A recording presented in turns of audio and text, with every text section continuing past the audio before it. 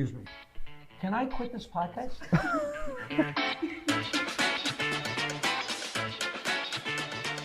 I told Eddie Murphy to stay in college so he'd have something to fall back on. I did great advice. Jackie, how about the lighter side of history? The lighter side. I'm not done laughing at my joke. Okay. I know a lot of things and I share them on the podcast and you don't care. What are we talking about? I can't get a word in edgewise on this show. I mean, it's... Here's how we sell it. Okay.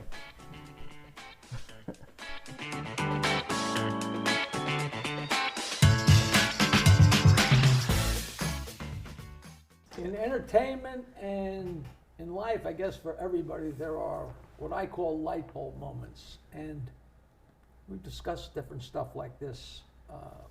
When you knew you wanted to be in show business or when you knew you wanted to be a comedian and faced the wrong way. But there was a very specific time when I knew that I was sitting on something that I never knew I was sitting on. And it was very odd. My sister's boyfriend and I was reading in the New York Times, which it must have been on the floor of my mother's house because I'm never at the New York Times. Right. In the entertainment section, it said how there was this place in New York City where if you waited online, you could go up and do a few minutes of comedy. And I had no intention of ever being any kind of comedian, but I was a joke teller in my bands. And I grabbed Archie and I said, we got to go into this place. So we went in there, got there plenty early to sit in the audience and sat right in the front. And the way it worked was, as you well know, people waited in line and they got numbers, 1 through Right. 20 or 30 or 40, and they'd get up for 5 minutes. And you, for the most part, horrible, but 5 minutes. And then once in a while, a regular comic would get up and do a few minutes and save the day, and then they'd start with the amateurs again. And at some point in the night, the person that was on, 5 minutes is a really, really long time. It is a lifetime, an eternity. An eternity. So whoever was on bailed. But it was long enough into the show where the MC, the host of the show, is bored. So they go back through the velvet curtain and they're at the bar having a drink or eating a hamburger or whatever. They got 5 minutes, to do whatever they want. Right. But all of a sudden they didn't. And the person just walked off the stage and there was a bare stage. And this very drunken girl got up and told a very, very bad joke. But the audience was so hungry to laugh that she got a big laugh because it was an oasis among no laughs, and she got a laugh. So the MC came back in, Kelly Rogers, I think, and said, "Thank you very much. Sit down, go have another drink." And then they proceeded with the show. Well, the show went on for another 10 minutes, 20 minutes, half hour, whatever it was. The host was out of the room, and whoever was on stage bailed. And here's this opportunity, and Archie says, "Get up there." So I just climbed on stage, and I told a joke that was, to me, the oldest joke in the books that I had been telling since probably 7th grade or 5th grade. Yeah. And it was a long joke, and I was maybe halfway through it, and Catch a Rising Star is a small place, and the velvet curtain's over there, and in the course of it, I saw David Say, the host, come back through the velvet curtain, but he let me finish the joke. And it was a very dirty joke, and I finished the joke, and the house came down. I mean, they really, really laughed, which was great, and I knew my place, and I just walked off and sat back down, and I felt great. I thought it was fun. So this was Catch a Rising Star. 1977.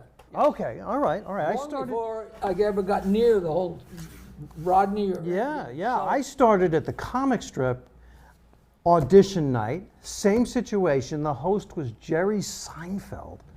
And in those days, the host made the decision. Did you pass? Did you not pass? And he passed me on the first night. That's so great. And what that meant was I could hang out late at the comic strip when the schedule was done, and if there was still an audience, I could go up. But you got to hang with the guys. But I got to hang with the guys. I got to know Jerry Seinfeld right away. He was wearing glasses in those days, jeans and a comic strip t-shirt. We became fast friends.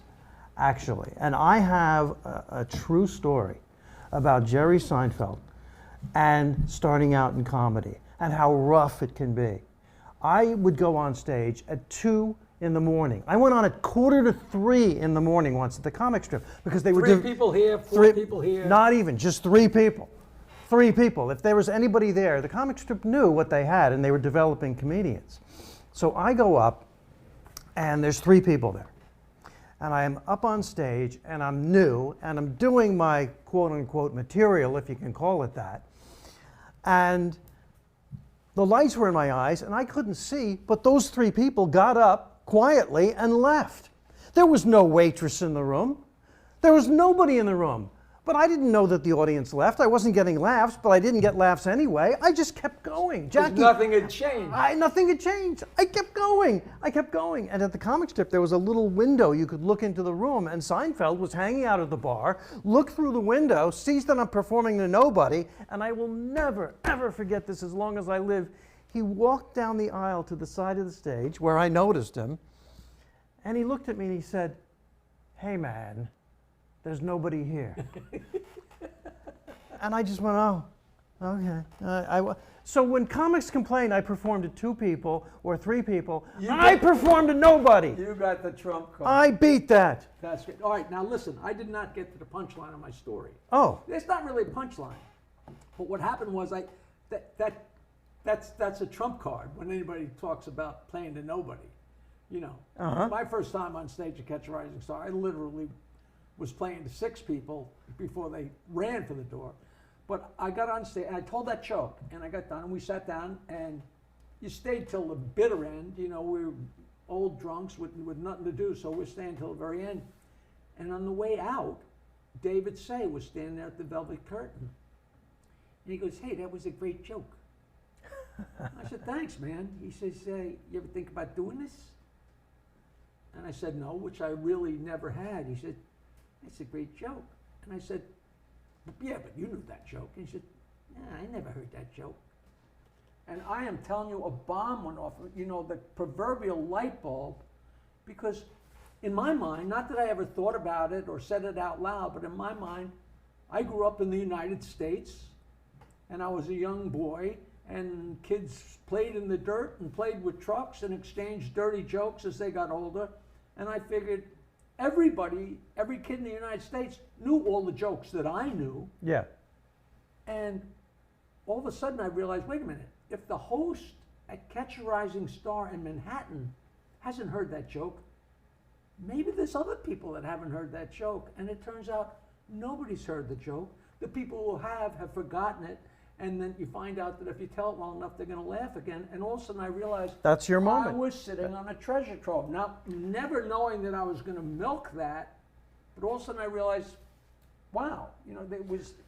So you had that moment with the great, I can say, David Say, who was the MC, host, same thing, at Catch a Rising Star. That's your moment. And he became a very, very good friend and still is. He was the only guy that was ever plucked out of a club by Carson. By Carson, because he came into Catch a Rising Star. The place was sold out, and Catch a Rising Star, Rick Newman was smart enough to pay off a table. Here, I need this table. Here, take whatever money. Right. And Johnny came in and saw the show and saw David Say, and David went on to do quite a number of successful Tonight Shows. David used to say he has 7 Tonight Shows, 9 with the reruns.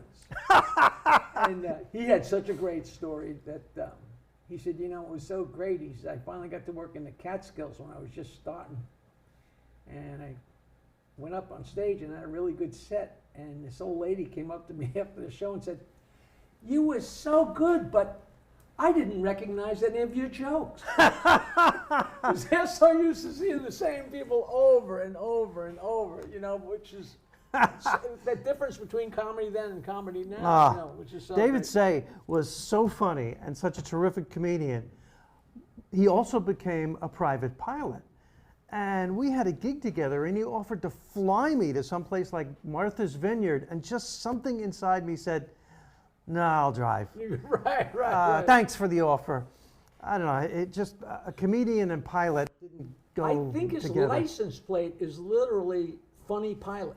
No, I'm not making a joke. You know, he's still a pilot down in Florida and flies from gig to gig. You know, yes, he is. Just so exciting. You know? Well, that's your moment when you knew.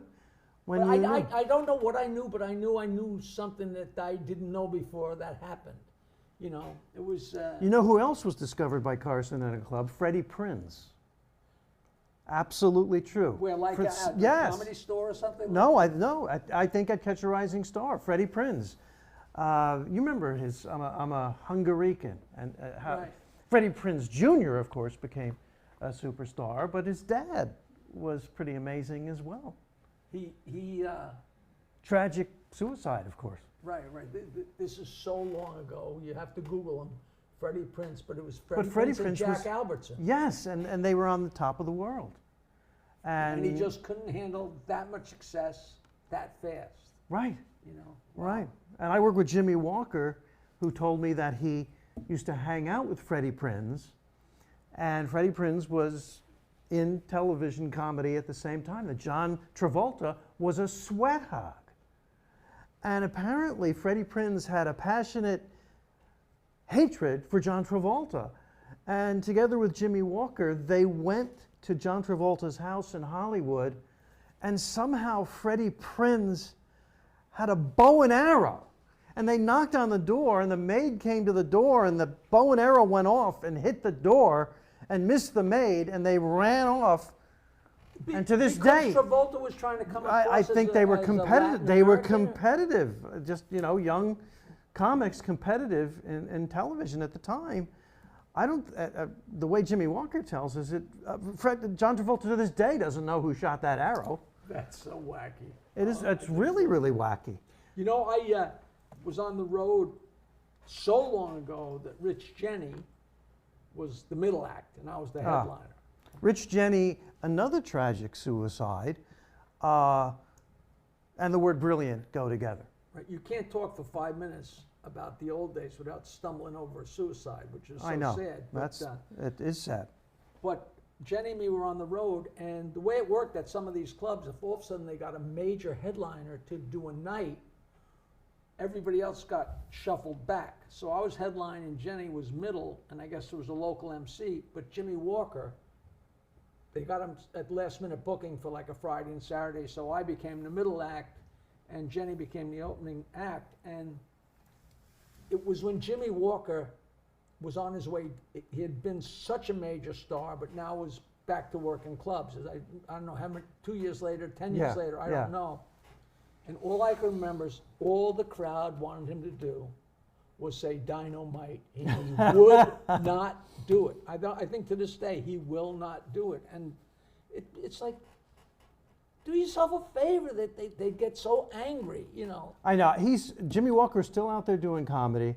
And I'll bet you anything he's still not saying. If you see Jimmy Walker, ask him to say dynamite. But he does sell memorabilia afterwards, and he's such a nice guy, and I love working with him. He's very funny backstage. Tells great. Well, obviously he told me that story about John Travolta the arrow.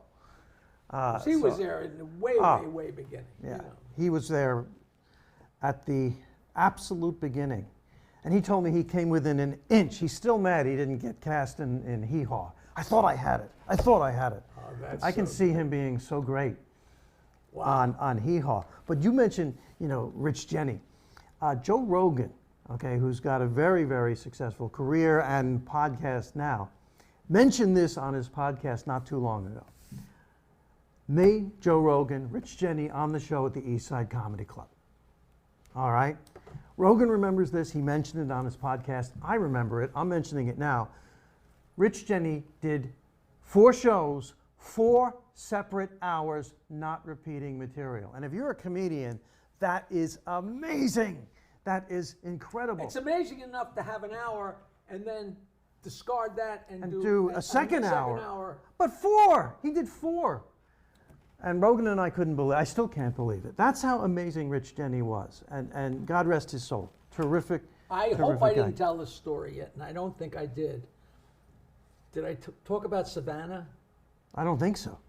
So we're on the road, and we did Atlanta, but not the punchline. The Atlanta Comedy Shop or whatever it was, and Columbia, Georgia, which I didn't even know existed, and Savannah, Georgia. We did like 4 or 5 stops driving, and together 24/7. So we were bonded immeasurably from that point on. 4 or 5 weeks of, and we'd play tennis, and he'd do an entire Richard Pryor album, and I'm trying to play tennis, which I can't do anyway.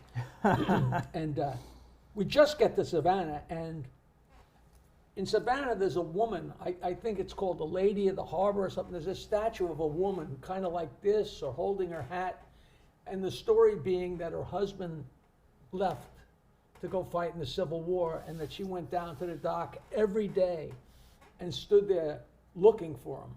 And meanwhile, he got killed in the war, but she's down there every day for years waiting for him to come. And Jenny, for opening night, he goes, I can't believe you people. I just saw this statue. This woman's husband went to war.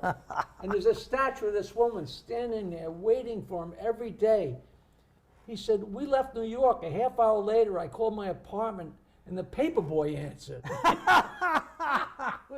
But the point of the story is, we're both very new, and he was probably even more new than I was, and we're in Savannah, Georgia. And in those days, like even in Jersey and New York, on Long Island, you're doing comedy. We talked about that. You're doing comedy, and these people are facing the wrong way, and they're trying to swallow the concept of people their own age trying to be funny. Like who died made you boss? So forget about doing it in the South and being Yankees. Right. So we're in Savannah, Georgia, in this little tiny club that was really a small bar, restaurant, but they're having comedy. All booked by the same guy, here. And if you're a comic, there is nothing more entertaining than watching another comic go into the toilet. Right. Another comic do really bad. Bombing. And it's so funny, because I've always said that if you're bombing on stage, there's always a distinct rhythmic pattern. You tell your joke, and there's silence, and then there's the roar of the comics in the back, because they want to make sure that you know that they heard how silent it was after your joke, which is you can almost dance to it. So funny.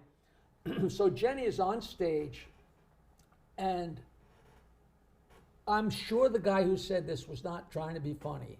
I would love to think maybe he was, but And Jenny's on stage, and he's doing terrible, and he starts doing Jewish material. We're in Savannah, Georgia in 1982. I think if you did Jewish jokes now in Savannah, Georgia. Hey, a new episode of Stand Up Memories every Wednesday. How exciting is that? Starring me, Peter Bales, and right here, Jackie the Joke Man Martling. Please follow us on social media. Search it out. What is it? MeSpace? MySpace? Your space? TikTok, Instagram, Facebook. Doodah.